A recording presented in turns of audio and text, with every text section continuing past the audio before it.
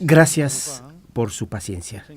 Permítame hablar sobre la quinta conferencia que trata sobre revelaciones de la hija unigénita y la manifestación de los padres verdaderos. Hasta ahora, las charlas han estado enfocadas en el fundamento para ambos padres verdaderos como Mesías. A partir del tema 10, del capítulo 10, profundizaremos en las revelaciones y la preparación para recibir a la hija unigénita con un enfoque más detallado en esos aspectos. En el proceso de preparar la llegada de la hija unigénita, el contenido más esencial del 10º tema es que Dios conectó el cristianismo en la península coreana con el propósito de dar nacimiento al Mesías del segundo advenimiento y a la hija unigénita. Entre estos temas, lo más importante es cómo Dios llevó adelante su providencia centrada en un fundamento cristiano para el nacimiento de la hija unigénita.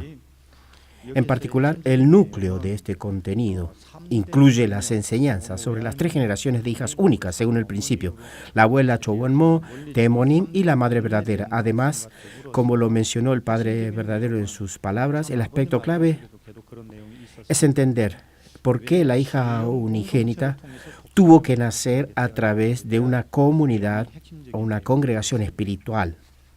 Durante la era de la colonia japonesa, como saben, se impuso de manera obligatoria la adoración en los santuarios sintoístas o shintoístas.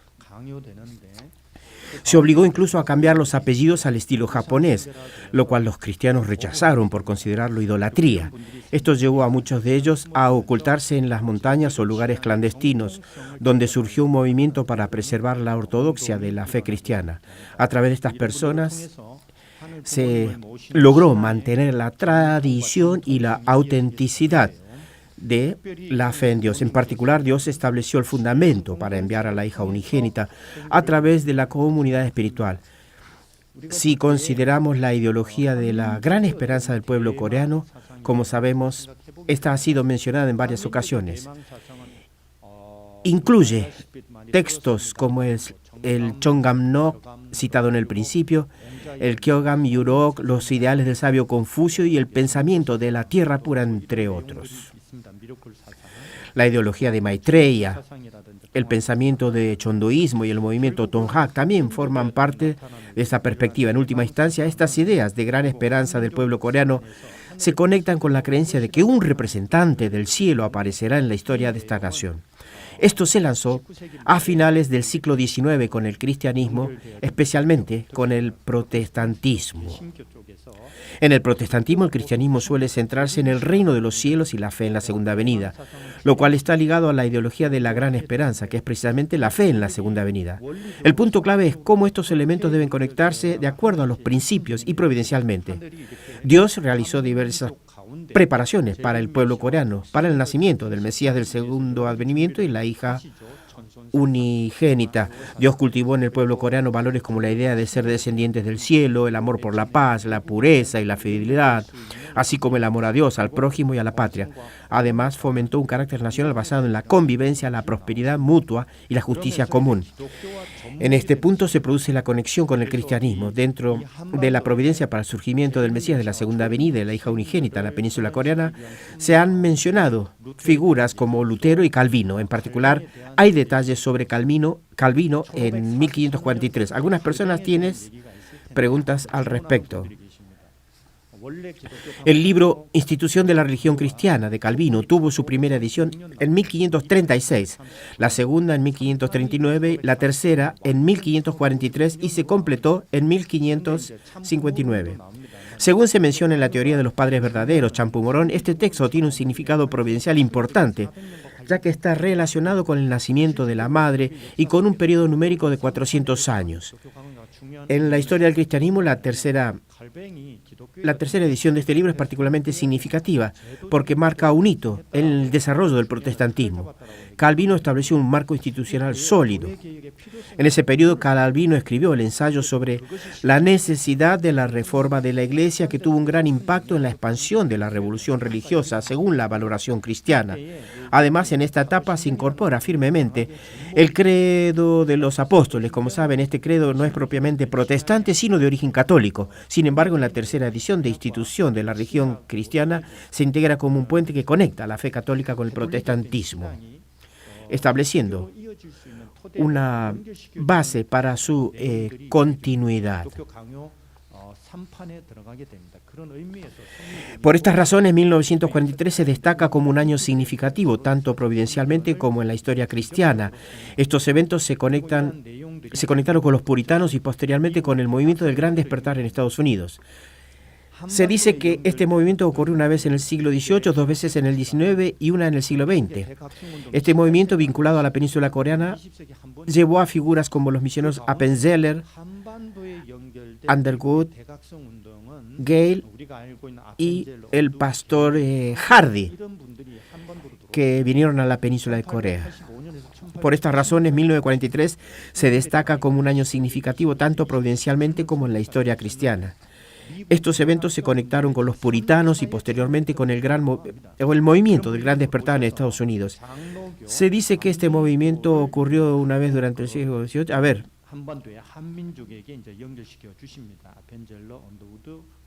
Está repitiendo lo que dijo recién, ¿no? La influencia de Hardy fue muy grande. Incluso en el Japón, que hay aspectos que lo ligan con el cristianismo en Corea. Pero alguien más importante provincialmente fue Uchimura Kanso. Como se mencionó en la charla anterior, él tuvo una influencia significativa sobre Corea, especialmente en relación con el movimiento del Espíritu Santo y la Segunda Venida. Uchimura predijo que el Señor de la Segunda Venida aparecería entre 1919 y 1920, lo que tuvo un impacto directo y notable. Además, el discípulo de Uchimura,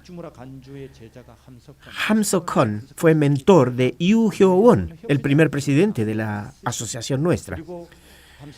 Y Ham Sok-kon, quien escribió El principio de la verdadera familia, fue el mentor de Yu Hyo-won, el presidente de la asociación. Ham Sok-kon estuvo en la escuela Osan entre 1928 y 1938 y durante ese tiempo Yu Hyo-won asistió a la misma escuela. De hecho, el padre también estudió en esa escuela. Yu Hyo-won ingresó a Osan en mayo del 34 y en marzo del 35 se trasladó a la escuela primaria Chongju. Menos de 2 meses después, en la montaña Myeodu, el padre tuvo su encuentro con Jesús.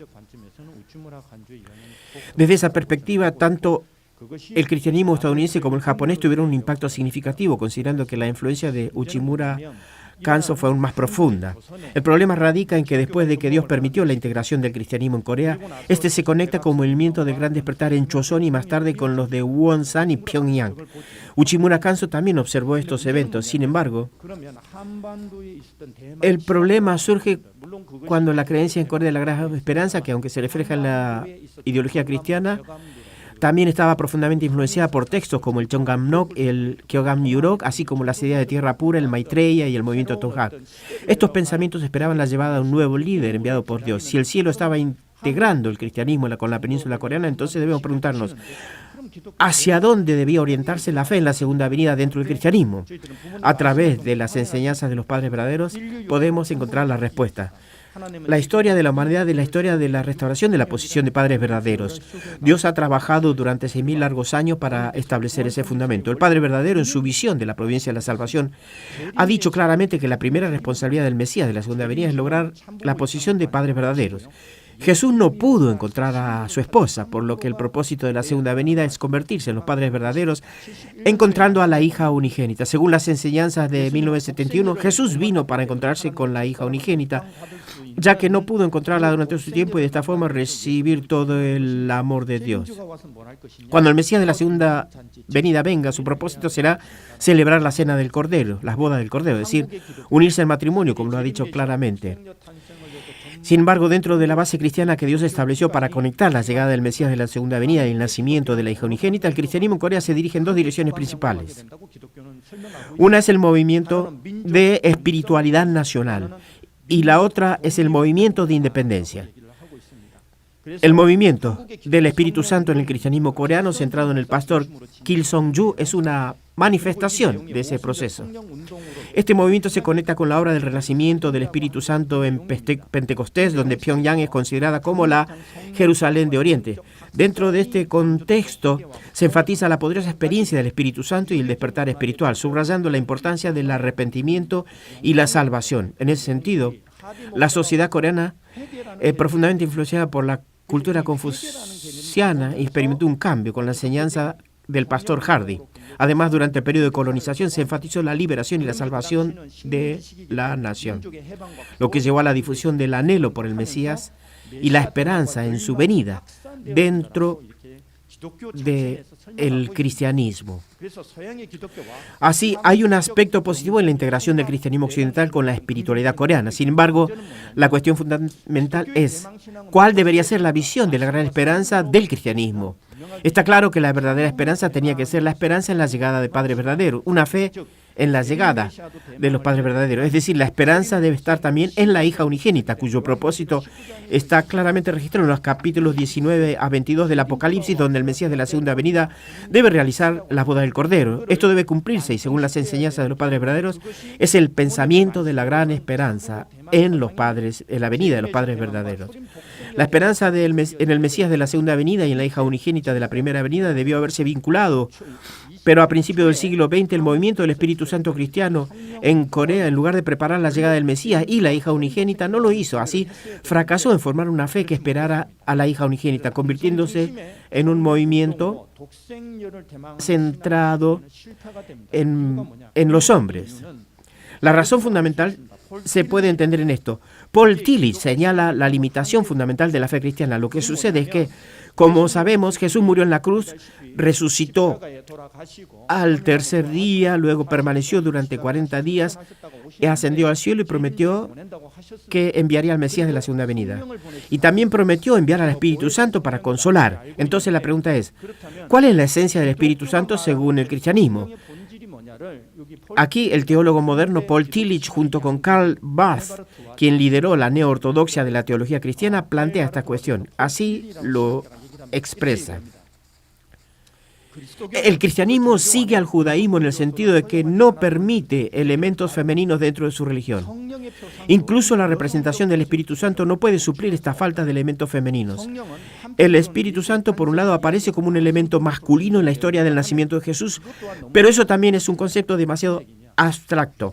¿Qué quiere decir esto? Tanto en el judaísmo como en el cristianismo, al explicar el concepto de Dios, no existe un elemento femenino en la concepción del Espíritu Santo, especialmente en el cristianismo. Esto mismo lo señala el Padre, quien habló sobre el Espíritu Santo como que no tiene una realidad física, una especie de Espíritu Santo abstracto, como fuego o aceite, cuyo principio esencial es lo que viene a la tierra para concebir espiritualmente y llevar a cabo el proceso de parto. Esto es lo que constituye la historia del cristianismo. Hay un teólogo cristiano muy conocido, John Hick, asistió a nuestras conferencias sobre Dios y planteó la pregunta, ¿qué es el Espíritu Santo? La conclusión es que no lo sabían, ya que es un tema espiritual. El problema es que al no tener un cuerpo sustancial y tratarse de un tema espiritual, el concepto del Espíritu Santo podría haber sido aplicado de una manera que incluyera elementos femeninos. Sin embargo, ahora todo se ha integrado bajo el concepto de Espíritu Santo. Y la esencia de ese concepto de Espíritu Santo es masculino. Por lo tanto, es un concepto que puede explicar al Mesías que retorna solamente. Sin embargo, no se formó una teología ni una fe sobre la hija unigénita. Fundamentalmente esto se ve a que Jesús murió en la cruz. No pudo tener la boda del Cordero, es decir, no pudo unirse en pareja, debido a que la premisa fundamental del cristianismo parte de la victoria de Jesús en la cruz. El concepto de Espíritu Santo se afirma que es el Espíritu de Jesús enviado por Dios. Esto es lo que Paul Tillich está señalando. No hay elementos femeninos dentro del concepto del Espíritu Santo. ¿Qué es lo que significa esto? Si lo pensamos así claramente, en el libro de Apocalipsis se menciona que debe celebrarse la boda del Cordero. Entonces, en la teología cristiana que se ha formado durante 2000 años, no existe el concepto de pareja. Incluso cuando se menciona, se define a la iglesia como la novia. Desde esta perspectiva, Se puede decir que la teología y la fe sobre la hija unigénita han estado ausentes, casi o del todo inexistentes cuando el cristianismo llegó a Corea. Eso podía ser cierto no solo en Corea, sino en todo el cristianismo global. Por lo tanto, la limitación fundamental de la fe cristiana y del Mesías de la Segunda Venida radica en la negación de este Mesías, es decir, que deberían buscar a la hija unigénita, pero el cristianismo se ha consolidado en una fe que solo espera al Mesías. Por lo tanto, se puede decir que no se formó una fe o una teología que busque a la hija unigénita. Según la investigación de la doctora Yu Hye-son, el concepto de Espíritu Santo comenzó a incorporar una connotación masculina a partir de 1980. El concepto de esperanza en cualquier época en el cristianismo también se basa en la expectativa de un nuevo Salvador. Sin embargo, la mayoría de estas creencias de esperanza están centradas en figuras masculinas, tanto el Mesías que regresa como los grandes santos de las regiones. En realidad, todos ellos son hombres. Por lo tanto, desde la perspectiva de la voluntad divina, debería haber una esperanza centrada en los padres verdaderos. Sin embargo, esa esperanza y esa fe han estado ausentes, y la fe en la esperanza de la hija unigénita es casi inexistente. Por lo tanto, se puede decir que la preparación para recibir a la hija unigénita fracasó. A través del tercer gran despertar en los Estados Unidos, esta conexión llevó al gran despertar de Pyongyang, y al observar el punto de partida de la fe del Padre, vemos que proviene de la corriente presbiteriana del norte de los Estados Unidos. La escuela Osan pertenece a esa corriente. Era una escuela que enseñaba el pensamiento patriótico y la visión bíblica. Por lo tanto, también fue un lugar clave para formar a líderes nacionales en el movimiento de la independencia. Es probable que el Padre haya recibido una fuerte influencia directa de la escuela de Osan. Como mencioné antes, el Padre no solo estudió las nuevas enseñanzas, sino que también recibió una gran influencia de la doctrina patriótica y la visión bíblica. Al analizar la providencia de Dios, podemos ver que a través de esta conexión de la fe cristiana con la nación de Corea se estableció una base providencial para el retorno del Mesías. Podemos decir que la primera misión del Mesías retornado, que era recibir a la hija unigénita en su primera venida, no se cumplió adecuadamente. Por lo tanto, Dios, al ver que las denominaciones cristianas preparadas, como las iglesias presbiteriana y metodista, no podían cumplir con esta misión, decide enviar a la Madre verdadera, la hija unigénita, para preparar la comunidad espiritual. Esa comunidad espiritual, formada inicialmente por mujeres como Kim Song-do, Jo Jo-bin y Pak Ul-yong, y luego integrada por hombres como Pek Nam-do, Lee Yong-do y Kim Bek-moon, fue la que preparó el fundamento para el nacimiento de la hija unigénita. A través de estas figuras claves se cultivó una profunda expectativa en la llegada de la hija unigénita. Estas personas utilizaron conceptos que reflejaban esta preparación espiritual y el cumplimiento de la misión providencial. Este concepto de esposa de Dios fue adoptado por figuras como Kim Song-do. Se basa en la idea de que el Espíritu Santo juega un papel crucial en la preparación para la unión con el Mesías a su retorno. Mientras que el movimiento del Espíritu Santo original era predominantemente masculino, esta visión redefine el papel de la esposa en términos humanos, abriendo paso a una interpretación más inclusiva y espiritual. Según estas enseñanzas, la caída se entiende como un pecado de sangre y se establece que el Mesías vuelve físicamente con este propósito divino en la península coreana. Estos conceptos transforman por completo la visión tradicional de la Segunda Venida, adoptando una perspectiva que va más allá de la interpretación espiritual comúnmente aceptada en las iglesias protestantes como la metodista o la presbiteriana. El concepto de esposa de Dios supera la noción original del Espíritu Santo y amplía el entendimiento de la venida del Mesías, proponiendo que no solo el Mesías vendrá físicamente, sino que la esposa de Dios, la hija unigénita, también vendrá físicamente. Esto representa un giro en la teología cristiana tradicional, al incluir la encarnación de la mujer como parte fundamental de la obra de salvación. Y además, el pastor Lee Yong-do y el pastor Pek Nam-ju habían estudiado teología ortodoxa. Estas personas transmitieron contenido sobre la cena de las bodas del Cordero y la esposa. Es algo realmente asombroso que los fieles experimenten una unidad espiritual con Cristo a través del Espíritu Santo y a partir de ello sean llamados a ser la esposa en la cena de las bodas del Cordero. El concepto de que la iglesia es la esposa se transforma ahora en la idea de que cada individuo puede convertirse en la esposa. Este llamado a ser la esposa como individuo se explica como un proceso de volverse espiritualmente puro y casto mediante la presencia y la guía del Espíritu Santo.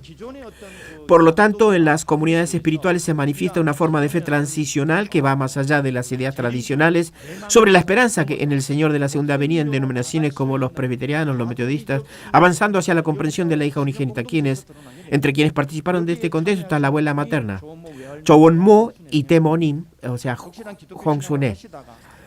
Ellas practicaron la fe cristiana devota y luego fueron guiadas hacia la fe de la Iglesia de Jesús y la Iglesia del Sagrado Señor, llevando también a Tae-monim, su hija, por este camino. Aquí surge la nueva Iglesia de Jesús, que originalmente estaba asociada con el pastor Lee Yong-do. Si buscan en internet encontrarán el nombre Iglesia de Jesús. Sin embargo, no es un error que se llama Nueva Iglesia de Jesús.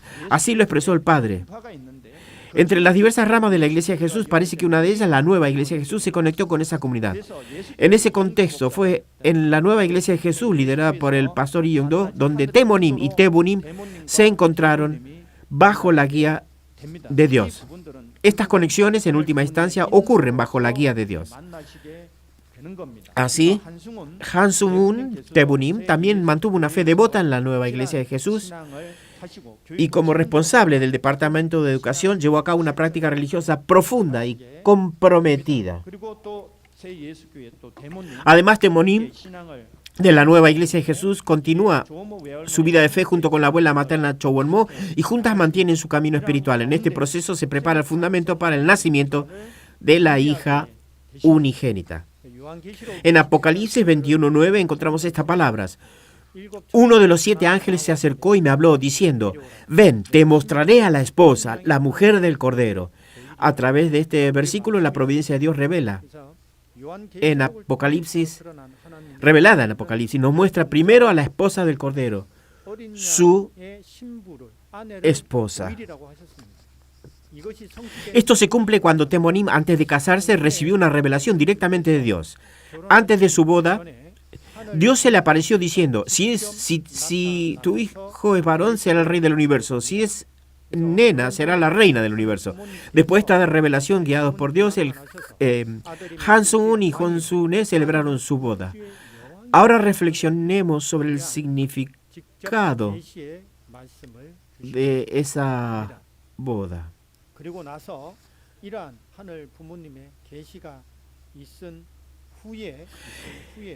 En el capítulo 1 del Evangelio de Lucas se relata el nacimiento de Jesús. Pero ¿cuál será el significado de este casamiento? Podemos revelarlo. En el capítulo 1 del Evangelio de Lucas se relata el nacimiento de Jesús. Siguiendo el orden, el ángel Gabriel fue el primero en visitar la casa del sumo sacerdote Zacarías. El ángel Gabriel, enviado por Dios, se apareció ante Zacarías y su esposa Elizabeth y entonces les transmite el mensaje divino.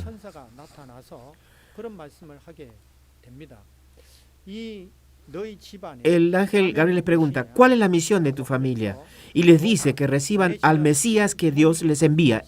Luego el ángel les anuncia que les enviará un hijo, que Dios les enviará a su casa un hijo. Así en el capítulo 1 se revela la misión que Dios da a esta familia, así como la bendición de que recibirán a su hijo. Como dije, lo leemos en el capítulo 1 de Lucas y luego el ángel Gabriel se dirige ¿a quién? Se dirige a otra persona. Luego el ángel Gabriel se dirige a María, a la madre de Jesús. Y al verla sorprendida, el ángel le dice, no temas, no te asustes, has hallado gracia ante Dios. Mira, concebirás en tu vientre concebirás en tu vientre y darás a luz un hijo. El ángel continúa diciendo, y le pondrás por nombre Jesús. Será grande y será llamado Hijo del Altísimo. El Señor Dios le dará el trono de su padre David y reinará sobre la casa de Jacob por los siglos. Así el ángel le revela a María que el Mesías será enviado a través de ella. Ante esta revelación, María responde, he aquí la sierva del Señor. Hágase en mí conforme a tu palabra. Entonces el ángel se aleja. Después de esto, María se dirige a la casa de Zacarías. En ese momento, Elizabeth, o Isabel, quien es prima hermana de María y madre de Juan el Bautista, recibe la visita de María. Al saludarla, Elizabeth se llena del Espíritu Santo. Entonces le dice a María, bendita eres tú entre todas las mujeres y bendito es el fruto de tu vientre. Y agrega, ¿de dónde a mí que la madre de mi Señor venga a visitarme? Finalmente, la concepción de Jesús y su nacimiento son percibidos espiritualmente y después de unos 3 meses, María retorna a su casa. En ese tiempo, en ese momento, María y José ya estaban comprometidos, pero antes de que convivieran, María quedó embarazada y lo reveló su estado. Al enterarse, José tenía dudas, por supuesto, y no podía aceptarlo. Fue entonces cuando un ángel se le apareció en sueños y le dijo, José, hijo de David, no temas recibir a María como tu esposa. El ángel le explicó a José, lo que ha sido concebido en ella es del Espíritu Santo. Con esta revelación, José aceptó la situación. En el capítulo 1 de Lucas se registra el relato del nacimiento de Jesús, y al reflexionar sobre esto vemos que el ángel Gabriel fue quien le apareció a la madre de Jesús para anunciar su concepción y nacimiento. Además, la revelación directa que se le dio, o sea, el ángel Gabriel dio esa revelación, pero la revelación directa que se le dio a Temonim sobre el nacimiento de la hija unigénita vino de Dios mismo. Por otro lado, ¿quién fue el que le dio al Padre la misión de Mesías de la segunda venida? Fue Jesús espiritualmente. Asimismo, el ángel Gabriel fue quien se le apareció a Mahoma para transmitirle su llamado. Al reflexionar sobre esto, vemos que la revelación directa que recibió Temonim sobre el nacimiento de la hija unigénita, que viene por primera vez, fue dada por Dios mismo. Esto nos permite notar que las revelaciones dadas a la madre de Jesús y a Mahoma tienen ciertas diferencias. ¿Por qué hay estas diferencias? Si lo analizamos, vamos a poder entender que la presencia que se manifestó directamente ante el Padre verdadero fue la de Jesús. La manifestación del Jesús espiritual implica que Jesús nació de manera física, como ser humano. Nació en realidad, y antes de morir en la cruz, según las palabras del Padre, Dios tomó el espíritu de Jesús. Esto significa que Dios asumió la autoridad sobre el espíritu y el cuerpo de Jesús, ejerciendo sobre él su soberanía. Dios, quien posee la autoridad espiritual sobre el cuerpo espiritual de Jesús, envió directamente a Jesús al Padre verdadero, otorgándole la misión del Mesías de la segunda venida. Le transmite esa misión y de esa manera el Padre verdadero recibió el legado de la misión del retorno de Cristo. Sin embargo, al observar las revelaciones sobre el nacimiento de Jesús, no encontramos registros que indiquen que Dios se manifestó directamente a Jesús, otorgándole la misión de Mesías o la unción. Lo que sí se encuentra en los registros es que cuando Juan el Bautista bautizó a Jesús en el río Jordán, el Espíritu Santo descendió sobre él en forma de paloma. No se encuentra en las Escrituras ningún registro en el que Dios se manifieste directamente a Jesús para ungirlo como el Mesías o como hijo unigénito. En cuanto al nacimiento de Jesús, la revelación sobre su misión y la naturaleza de Jesús, ¿a quién le fue dada? Fue dada a su madre, a María. Al reflexionar sobre esto podemos concluir que la razón por la cual la revelación sobre el Mesías no se dio directamente a Jesús podría ser que él no nació de manera directa como un ser espiritual. En cambio, la revelación sobre el envío del Mesías fue primero dada a su madre, María, como la madre terrenal de Jesús. Esto nos muestra, a través de las Escrituras, que el mensaje divino fue entregado primero a la madre de Jesús, quien desempeñaría un papel crucial en el cumplimiento de la salvación. Por lo tanto, podemos ver, tanto en el mensaje de Apocalipsis como en otros pasajes, la revelación primero se le dio a la madre. Esto muestra cómo la revelación de la misión de Jesús y su venida al mundo comenzó a través de su madre, como parte del plan divino. Después, María, quien estaba embarazada del Espíritu Santo, se dirigió a encontrarse con su prometido José 3 meses después.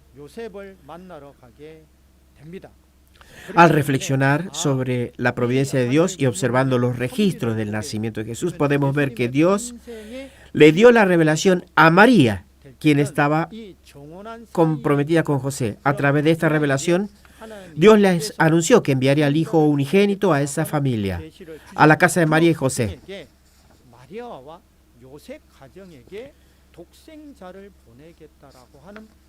Así Dios le da esa revelación, ¿verdad? Que enviaría al Hijo unigénito a su casa. Por eso la palabra en Apocalipsis 21:9, te mostraré a la novia, la esposa del Cordero, se conecta con la revelación directa que Dios le dio a Temonim, diciéndole que si tenía un hijo sería el rey del universo y si era hija sería la reina del universo. En ese tiempo también se dará la ocasión en la que Temonim y Tebonim se casaron, un evento que tiene un profundo significado en el cumplimiento de la providencia divina. El significado providencial de este matrimonio es profundo.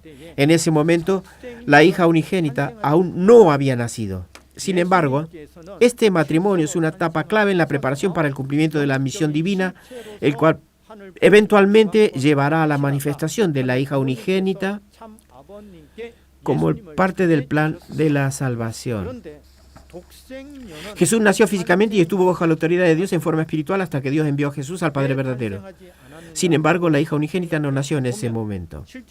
Al reflexionar sobre por qué no sucedió, podemos ver que no se había creado el fundamento adecuado para el nacimiento de la hija unigénita en ese entonces. Antes del nacimiento del hijo unigénito, la revelación se le dio a la madre biológica. Dado que la hija unigénita no había nacido aún, la revelación sobre ella fue dada a la madre biológica, Hongsuné Temonim, como un hecho histórico en el que Dios le transmitió su voluntad. Ven la comparación, ¿verdad? Dios le revela directamente a la madre de Jesús y directamente a la madre de la hija unigénita. Después de esta revelación, Tebonim y Temonim se casaron bajo la guía de Dios. El significado providencial de este matrimonio es que marca el evento definitivo de la confirmación de la misión divina, en la que Dios establece que en esta familia nacería la hija unigénita. Podemos verlo así. Antes del matrimonio, Dios se apareció directamente a Temonim y le dio la revelación de que le enviaría la hija unigénita. Sobre esa base, el matrimonio fue el acto que selló el nacimiento de la hija unigénita. La ceremonia de la boda fue presidida por el pastor Lee Ho-bin, quien como sucesor de Lee Yong-do dio un testimonio asombroso en esta ceremonia de bodas. Según las palabras de la madre, el pastor Lee Ho-bin en la ceremonia de la boda dijo lo siguiente: Si una pareja ejemplar se casa y tiene una hija, ella se convertirá en la reina de la humanidad. Ese fue el asombroso testimonio, ¿no? Así, dado que los cristianos no pudieron cumplir con la responsabilidad de preparar el advenimiento de la hija unigénita, Dios llevó a cabo la providencia de enviarla a través de una comunidad espiritual. Y así, a través del matrimonio de Tebonim y Temonim, los contenidos y fundamentos de la fe cristiana se vincularon con la providencia del nacimiento de la hija unigénita. Esa es la asombrosa providencia de Dios para conectar el cristianismo con la providencia en Corea. Sobre ese fundamento, la providencia avanza hacia la santa boda cósmica y la manifestación de los padres verdaderos, es decir, hacia el banquete de la boda del Cordero. Originalmente la providencia de Dios, el sueño de Dios, era que Adán y Eva se unieran con su bendición y se convirtieran en padres verdaderos. Sin embargo, el sueño de Dios se vio interrumpido por la caída de Adán y Eva, lo que hizo que todo se derrumbara. Después de eso, Dios envió a Jesucristo, el Hijo unigénito, para cumplir con su propósito. Aunque Dios envió al Hijo unigénito Jesucristo hace 2000 años, con el fracaso en el cumplimiento de las responsabilidades por parte de los protagonistas, el sueño de Dios no se cumplió, se derrumbó. Además, podemos confirmar que no se logró el nacimiento o la llegada de la hija unigénita. Por lo tanto, después de 2000 años, Dios envió nuevamente al Mesías y para cumplir plenamente su sueño, también envió a la hija unigénita. A través de este llamado al Mesías de la segunda venida, Dios ha estado llevando a cabo su providencia durante 2000 años para cumplir la obra del banquete de boda del Cordero. Habiendo guiado la providencia para enviar a la hija unigénita, Dios condujo a los líderes clave de Estados Unidos y de la comunidad espiritual, llevando a la unión de Han Sung-un y Hong Sun-e, los padres de la Madre Verdadera. Con su matrimonio, Dios completó el fundamento. ¿Para qué? Para el nacimiento de la hija unigénita. Dios preparó el camino para la hija unigénita y con esta guía su voluntad se cumplió con el nacimiento de la Madre Verdadera. Además, Kim Song-do de la Iglesia del Sagrado Señor testificó sobre el papel de Temonim comparándola con una nodriza, reconociendo claramente el rol de la madre como la hija del Señor.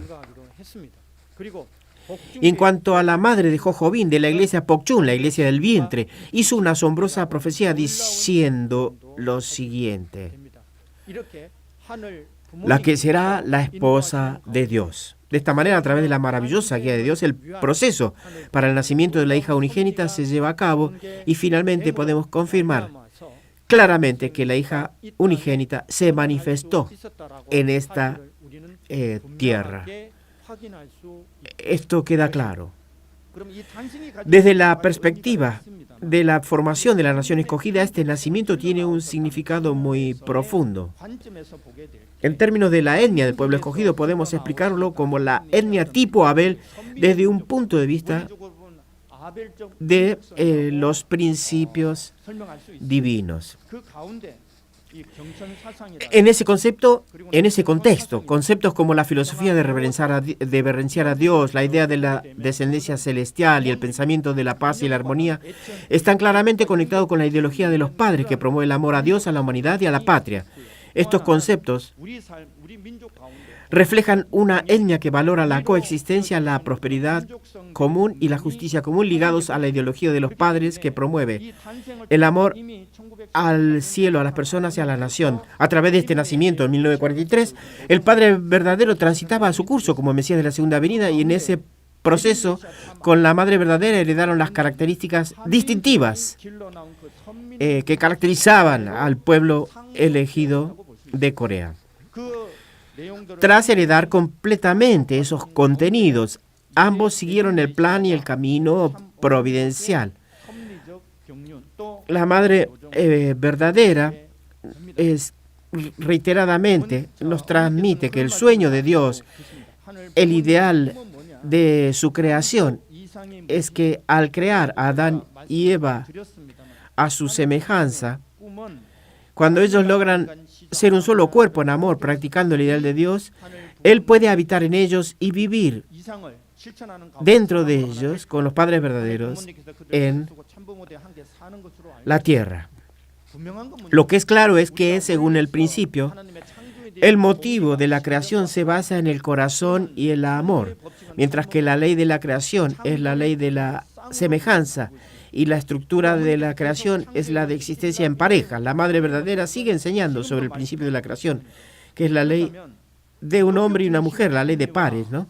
Entonces, ¿cómo se debe conectar esto con la providencia centrada en el cristianismo?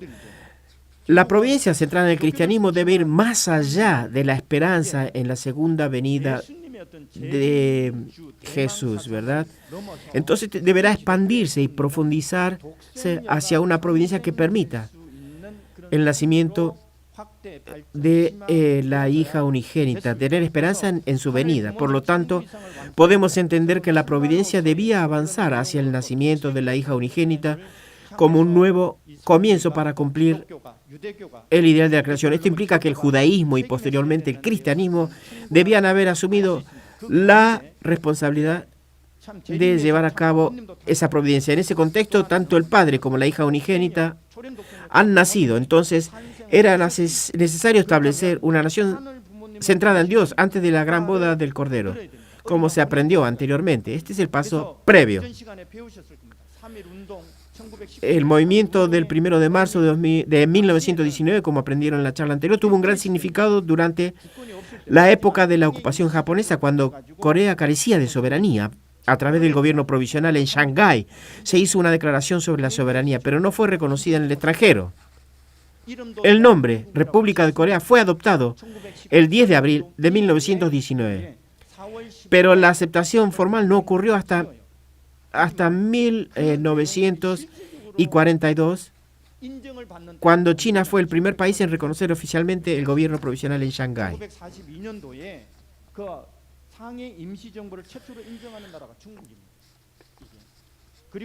Y en 1942, 26 países se reunieron y comenzaron a discutir para después de la Segunda Guerra Mundial sobre la independencia de las colonias, transformándolas en países soberanos. Fue en ese momento cuando se estableció la base para la creación de naciones independientes y se generó así un fundamento global.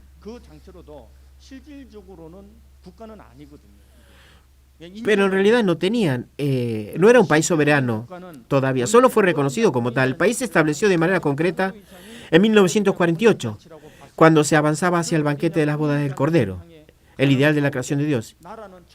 Y fue ese año cuando finalmente se fundó el país. Sin embargo, en 1948, cuando se estableció la República de Corea, Taehanmin국, fue bajo el liderazgo de un líder cristiano, Seungman Lee. ¿Qué significa eso? Que Dios había preparado la manifestación de los padres verdaderos avanzando hacia las bodas del Cordero en 1960. Antes de ese momento el país no era un estado soberano real. Sin embargo, 2 años después del nacimiento de la hija unigénita, nacida después de 6.000 años, la península de Corea experimentó una liberación inesperada gracias a países aliados. En Corea se usa la expresión recibir un tazón de arroz en medio de la noche para describir cómo se logró la liberación. La liberación llegó de manera inesperada, sin preparación, y no fue una independencia obtenida de manera proactiva por nosotros. Este hecho refleja cómo, a pesar de todo, Dios hizo que el pueblo coreano surgiera en la península de Corea y lo eligió como pueblo elegido. A lo largo de 6.000 años de historia providencial, Dios hizo nacer en la península tanto al Mesías como a la hija unigénita. Además, Dios conectó el cristianismo con la península de Corea para cumplir el propósito de encontrar al Mesías y a la hija unigénita tal como Él lo había planeado. Ese cristianismo, sobre la base de un movimiento del Espíritu Santo, la obra del Espíritu Santo, creó un ambiente propicio para encontrar a la hija unigénita con la protección divina, lo que permitió que la hija unigénita fuera recibida. De esa manera se preparó para integrar el país, heredando la tradición de la dinastía Han. Así, además del Mesías encarnado, nace por primera vez la hija unigénita y se va creando el fundamento nacional, étnico, tribal y familiar para que se realice la boda del Cordero. Sin embargo, el problema es que cae la dinastía Joseon. Con la decadencia de Joseon, significa que Corea entra en el periodo de colonización japonesa. A finales de Joseon, un personaje reformista como Kim Ok-kyun aparece soñando con un nuevo país. El modelo al que aspiraban era el Japón de la restauración Meiji, que logró modernizar el país. Sin embargo, ese intento fracasa. Entonces, Fukuzawa Yukichi en Japón observa esta situación y llega a la conclusión de que Corea no tiene futuro en ese mismo camino, así que abandona su postura anterior y se dirige hacia una visión más expansionista, conocida como la teoría de la conquista. Se dice que en ese contexto él fue considerado algo así como el Sejong el Grande de Japón, dada su influencia en la modernización del país. Después de que Fukuzawa Yuichi cambiara de postura, Japón se convirtió en la potencia dominante, lo que llevó a la península a caer bajo el dominio japonés. Durante el periodo colonial, muchas personas lucharon por la independencia y surgieron tres grupos que soñaban con un nuevo país. En la península coreana surgieron grupos que soñaban con diferentes formas de gobierno. Uno de ellos centrado en Estados Unidos y el cristianismo. Soñaban con un país democrático y finalmente esta idea se materializó con el presidente Syngman Rhee. Por otro lado, hubo quienes soñaban con un Estado socialista centrado en la Unión Soviética y el comunismo, como Kim Il-sung, Kim Gu y Cho Man-sik.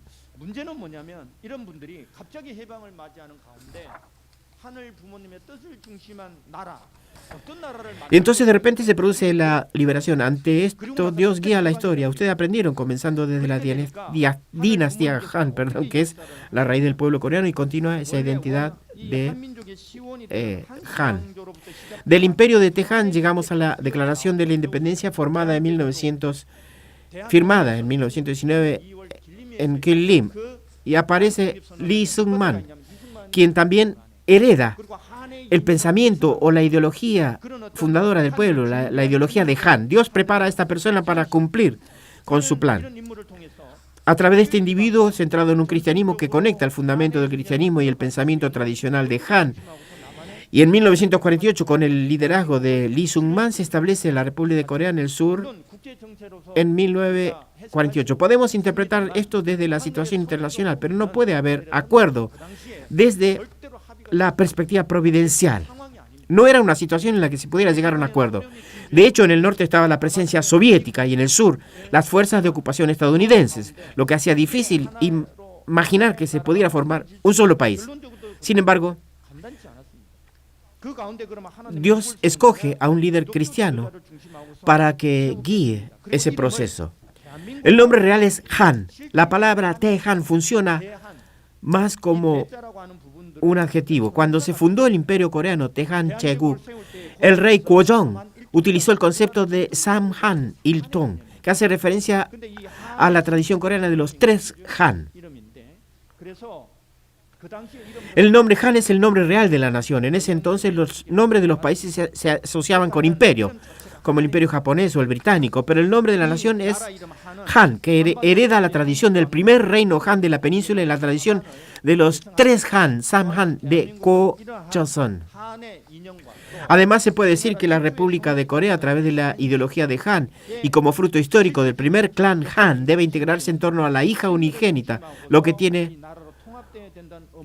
un clarísimo significado providencial. Lo que significa esto es que por Dios es que está claramente inserto. La madre pidió que, sin falta, incluya esta palabra. El himno nacional, en el himno regional a Han, cantamos que Dios proteja a nuestra nación, viva nuestra nación de Han, que sea preservada para siempre. La madre pidió que incluyamos sin falta esta frase del himno nacional, porque refleja cómo la nación de Han, junto con la figura del Mesías y la hija unigénita, está destinada a ser una nación elegida. A través de la letra del himno se asegura la preservación y transmisión del rol del pueblo elegido. Desde una perspectiva provincial, el concepto de Han representa una ideología que expresa esperanza en la llegada de la hija unigénita. El nombre del país, Han, fue decidido de manera concreta. Así se definió el nombre del país, ¿verdad? En la Asamblea Constituyente fue necesario crear una constitución para el país y durante las discusiones se presentó la cuestión de por qué debía llamarse República de Corea, o sea, Tehanmingu, y se decidió por unanimidad con 17 votos.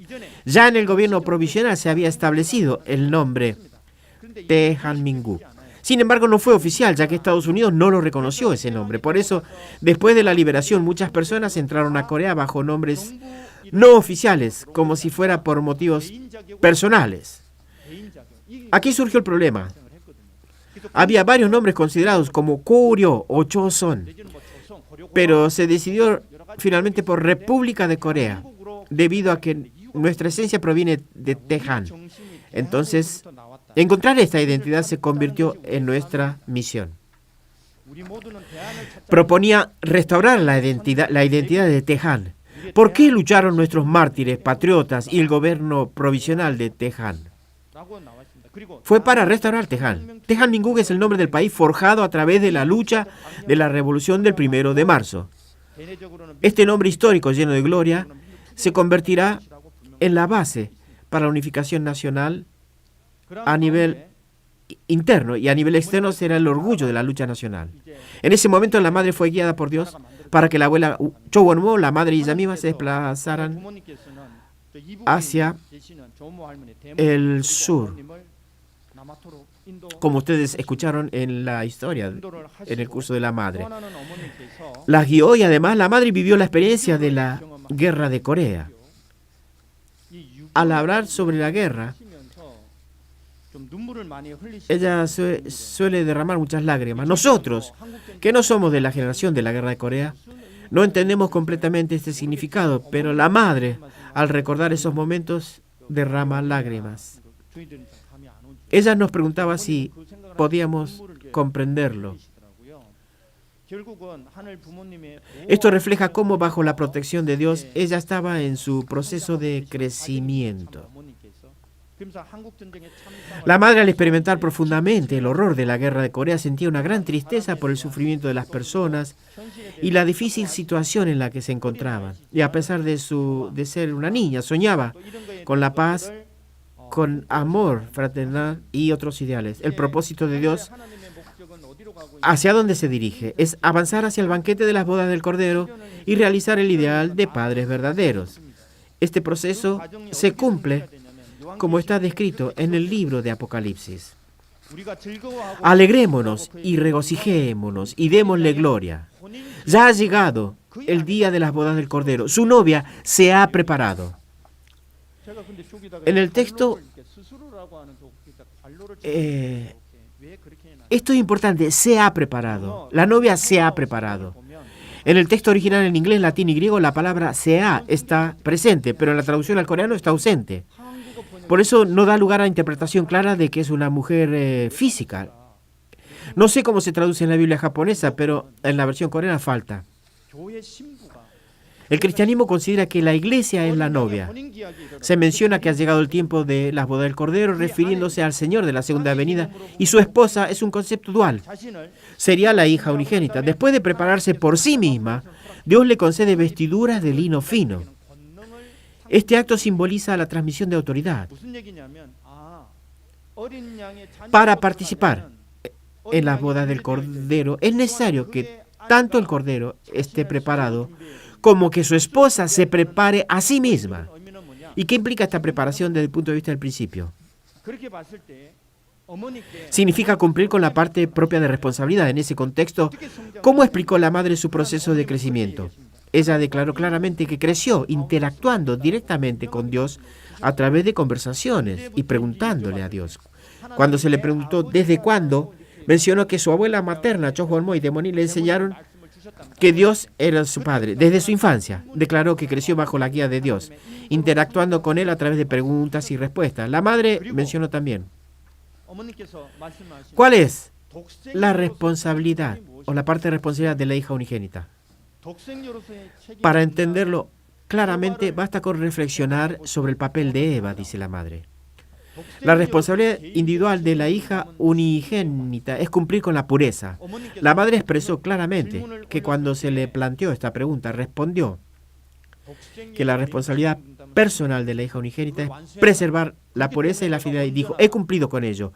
Y por eso soy íntegra o soy perfecta. Desde su niñez creció bajo la guía de Dios, interactuando con Él mediante preguntas y respuestas.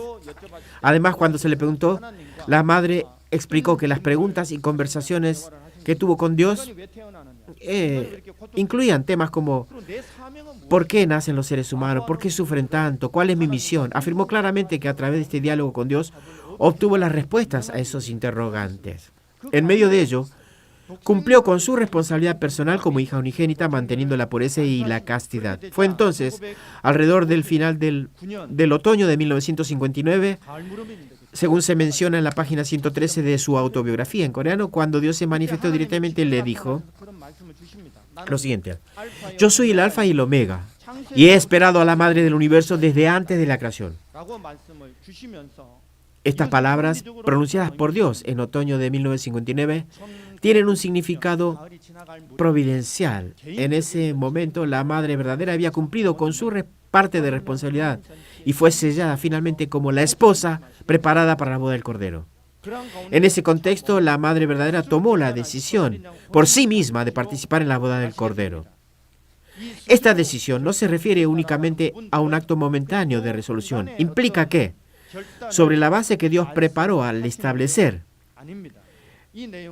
al formar y preparar al pueblo elegido, así como sobre los fundamentos a nivel nacional, étnico, tribal y familiar, y habiendo cumplido y triunfado en su porción o parte de responsabilidad, aceptó asumir el llamado providencial.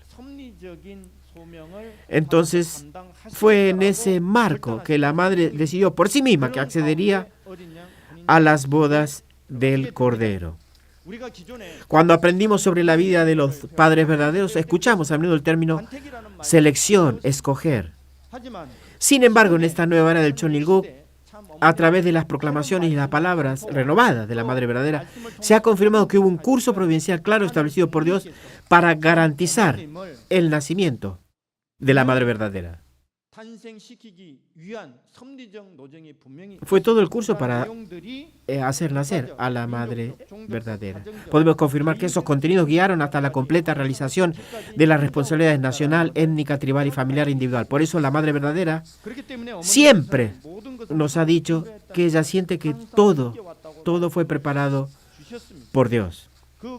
Y la Madre Verdadera claramente expresó que a través de todo esto había sentido en su interior que estaba preparada para ser la esposa del Mesías de la Segunda Venida. Así, ella dedicó completamente su cuerpo y su vida a cumplir la voluntad de Dios, esperando con toda su alma cumplir con el propósito. En medio de ello, la Madre Verdadera expresó su firme resolución de seguir cualquier mandato que se le diera. La realización de las bodas del Cordero se convierte en la conclusión histórica de Dios, donde el propósito principal de establecer la nación coreana se revela como el cumplimiento de un plan divino a lo largo de la historia. El propósito de elegir a la nación coreana como el pueblo escogido es hacer surgir a los padres verdaderos. Para ello se preparó al Mesías y de manera especial se hizo realidad el nacimiento de la hija unigénita, que nunca antes había existido como una entidad histórica. Así, a través de la boda del Cordero, se cumple el propósito de elegir a la nación coreana como el pueblo elegido. La Madre Verdadera enfatizó en varias ocasiones que el ideal de la creación de Dios se ha realizado con ello. Por lo tanto, a través de este matrimonio, que cumplió el propósito de elegir a la nación coreana como el pueblo escogido, se logró la histórica manifestación de Adán y Eva con los padres verdaderos. O sea, el cumplimiento de la providencia de Dios se concreta en la boda, en la Santa Boda. Y los padres verdaderos, al establecer el linaje del Dios en la tierra, abren la era de la completa realización del ideal de los padres verdaderos. Asimismo, nos abren el camino para restaurar la relación entre Dios, Padre y Madre Celestial, y la humanidad. Por eso el propósito por el cual Dios eligió y preparó a la nación como un pueblo elegido se puede confirmar al conectar esto con el cristianismo, a través de la nueva venida del Mesías, especialmente con el nacimiento, la unción y la conducción de la hija unigénita, la madre verdadera, se ha realizado el ideal de la creación de Dios. Así, el hecho de que se haya realizado el ideal de la creación de Dios significa que los padres verdaderos ya se han manifestado, han surgido, y a través del pueblo coreano se ha manifestado la ideología de la esperanza dentro de la identidad nacional. ¿Cuál es la esencia de esta ideología de la gran esperanza? No es esperar a un Salvador centrado en un masculino, sino que el propósito de la providencia que Dios soñó, preparó y guió a lo largo de la historia es la manifestación de padres verdaderos. Por lo tanto, se convierte en un evento en el que se realiza la esperanza en los padres verdaderos. Así, el hecho de que la esperanza en padres verdaderos se haya realizado, que los padres verdaderos se hayan manifestado y que el ideal de la creación de Dios se haya realizado, significa que el concepto de pueblo elegido se expande. A partir de ahora se desarrolla de manera más de acuerdo a los principios y a la providencia. Hasta ahora el concepto de pueblo elegido no se había cumplido, ya que los padres verdaderos no se habían manifestado como el propósito de la historia. Entonces, ¿cómo se manifestaría a los padres verdaderos y cómo nacería la hija unigénita que no había nacido en forma sustancial junto al Mesías? Fue el propósito provincial de Dios realizar este objetivo, cultivando la identidad nacional del pueblo elegido a través del cual se hizo posible el nacimiento de ambos padres. En ese sentido es el concepto del pueblo elegido de Dios. Pero una vez que los padres verdaderos se manifestaron como el propósito de la historia, el concepto de pueblo elegido comenzó a transformarse. A partir de este momento, el concepto de pueblo elegido del Chonilguk se refiere que, al ser bendecidos por los padres verdaderos, nosotros somos injertados al linaje de Dios. Podemos entender que como resultado de ello el concepto de pueblo elegido se universaliza, se generaliza y se convierte en un concepto que abarca a todo el universo. En conclusión, entonces, al observar qué tipo de carácter nacional ha cultivado la nación elegida por Dios, podemos ver que a través de ideas como el pensamiento Hongin, de amar a toda la humanidad, el pensamiento de la gran luz, el pensamiento del cielo y la tierra, o sea, Chonju, la coexistencia de religiones, la ideología de la paz y la idea de la nación de Dios.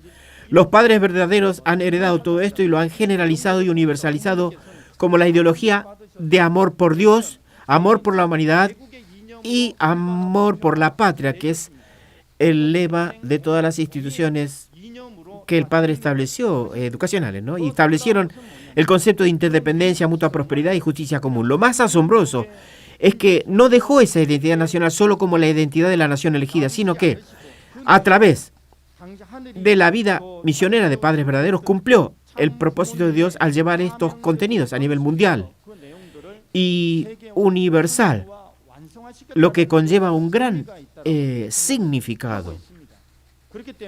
Por eso el pueblo elegido, la nación que preparó a los padres verdaderos y la naturaleza Abel de la nación con su identidad basada en el amor a Dios, a la humanidad y a la patria, junto con los principios de coexistencia, coprosperidad y justicia común, se globalizó y universalizó a través de los padres verdaderos. Entonces, este es el tiempo que la Madre ha llamado la era de la realización de la providencia de los padres verdaderos.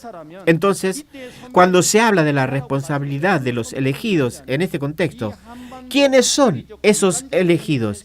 Es importante ir más allá del concepto de elegidos en términos geográficos y especiales de esta península.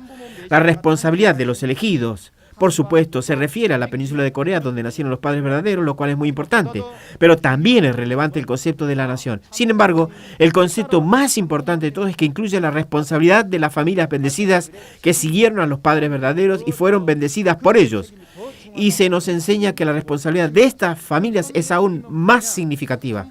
Entonces, ¿cuál es la responsabilidad de los elegidos? La misión del pueblo coreano, la nación en la que nacieron los padres verdaderos, es importante, pero también lo es la responsabilidad de las familias bendecidas que siguen a los padres verdaderos. En conclusión, se nos ha dicho que la respuesta es la bendición. ¿Cuál es la responsabilidad de los elegidos? La raíz para expandir a los elegidos es la bendición. Por lo tanto, el 26 de octubre se nos enseñó que debemos bendecir a toda la humanidad y que se convierta en familias chombo. En ese sentido, podemos confirmar que la nación de Corea, preparada para que los padres verdaderos se manifiesten en esta tierra, ahora se ha globalizado, se ha convertido en mundial, universal, generalizada a través de los padres verdaderos. Y una vez más, quiero señalar que si reflexionamos desde una perspectiva fundamental, de hecho, el hecho de poder recibir al Mesías, a los padres verdaderos, significa que, en términos relativos, se ha establecido una base a nivel de nación y de pueblo. Por lo tanto, podemos confirmar que cada nación tiene un lado Abel. Cada nación tiene un lado capaz de recibir a los padres verdaderos. Por lo tanto, si cada nación y cada pueblo puede confirmar o reafirmar su identidad tipo Abel y a través de ello expandir aún más la expectativa, el fundamento de poder recibir a los padres verdaderos, se puede afirmar que la voluntad de Dios se expandirá mucho más rápidamente. Y con esto quiero concluir mi conferencia resaltando la posibilidad de que esto se logre concretamente. Muchas gracias.